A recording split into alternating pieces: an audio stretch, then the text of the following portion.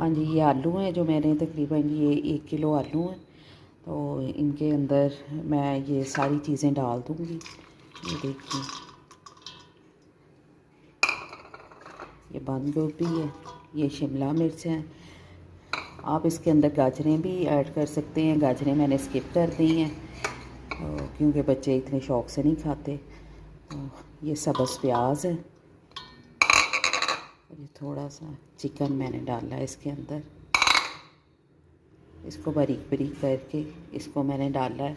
और इसके अंदर जो है बहुत ज़्यादा मसाले वगैरह नहीं डलेंगे। इसमें मैं तकरीबन 1 चम्मच जो है वो डालूँगी नमक का। ये देखिए, 1 चम्मच नमक डालना है इसके अंदर। और इसके अंदर चिली फ्लेक्स डालूँगी मैं।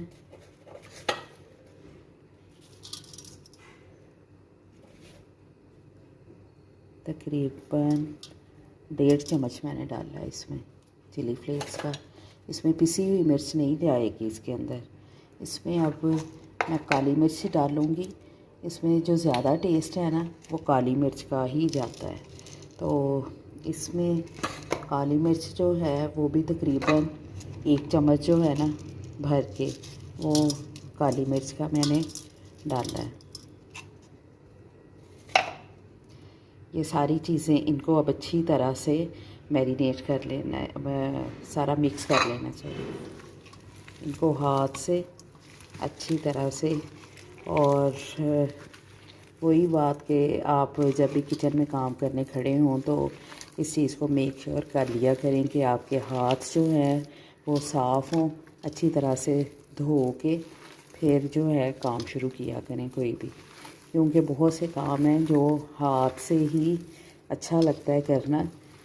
चॉपर वगैरह बेशक हैं, चॉपर में भी हम कर लेते हैं, लेकिन मुझे पर्सनली जो है ना हाथ के साथ ही ज़्यादा मज़ा आता है काम करने का।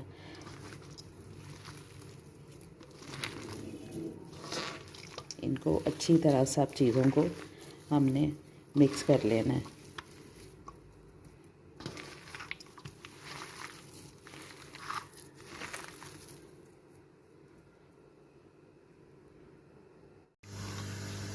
हाँ जी, इनको मैंने अच्छी तरह से मिक्स कर लिया है। इसमें फाइनली मैं है 1 चम्मच तकरीबन जो है सोया सॉस डालूँगी और 1 चम्मच इसमें सिरके का डालूँगी।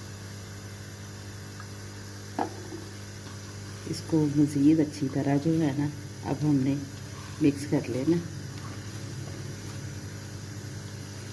आप इसमें चिली सॉस भी डाल सकते हैं। मैंने फ़िलहाल चिली सॉस नहीं डाला इसके अंदर, मज़ीद स्पाइसी करने के लिए।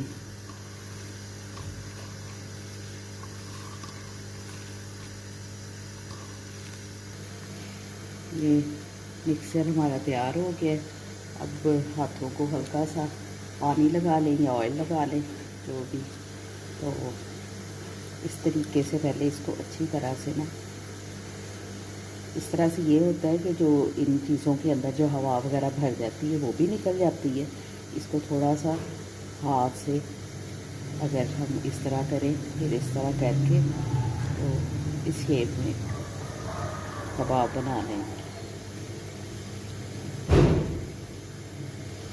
इस साइज़ के।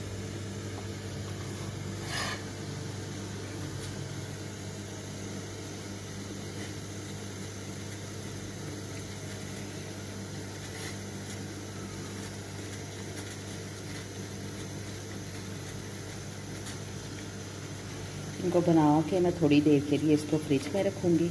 तकरीबन आधा घंटा फ्रिज में पड़े रहें तो फिर जो है ये अच्छी तरह से ये फ्राई होते हैं। इनको थोड़ी देर स्टे कराऊँगी और फिर हम इसको फ्राई करेंगे। जी, हमारी सारी चीज़ें रेडी हो गई हैं। कटलेट्स जो हैं ये मैंने तकरीबन आधा घंटा फ्रिज में रखे हैं और अब हम इनको फ्राई करेंगे। मैंने ये मैदा रखा है और ये 2 अंडे लिए हैं। अंडों में मैंने 1 चुटकी जो है नमक का डाला है और पहले मैं इसमें कोटिंग करूँगी मैदे की और फिर मैं अंडे में अच्छी तरह से डिप करके पैन में मैंने ऑयल डाला हुआ है। ये गरम हो गया। अब इसको 1 बाय 1 ऐसे में करना। मैदा लगाने से ये होता है कि जो ऑयल है ना वो इनके अंदर नहीं जाता, और वैसे भी कम इस्तेमाल होता है। जो पोटैटोज़ हैं ना वो जज़ब नहीं करते फिर वैसे।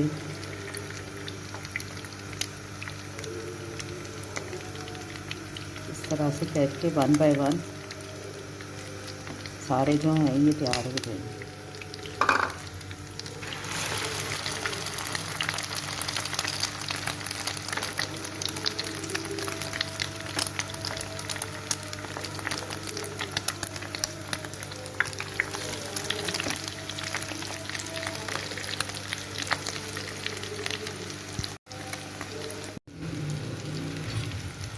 ये हमारे कटलेट्स जो हैं एक साइड से हो गए हैं। ये तकरीबन 2 मिनट हम एक साइड से रखेंगे, 2 मिनट दूसरी साइड से, तो ये कलर जो है ब्राउन इसमें आ जाता है।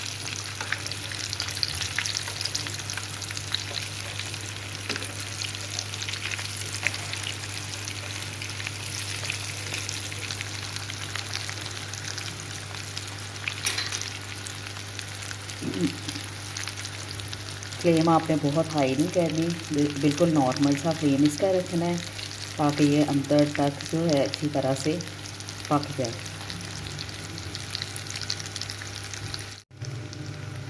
जी ये हमारे कटलेट्स जो हैं ये तैयार हो गए।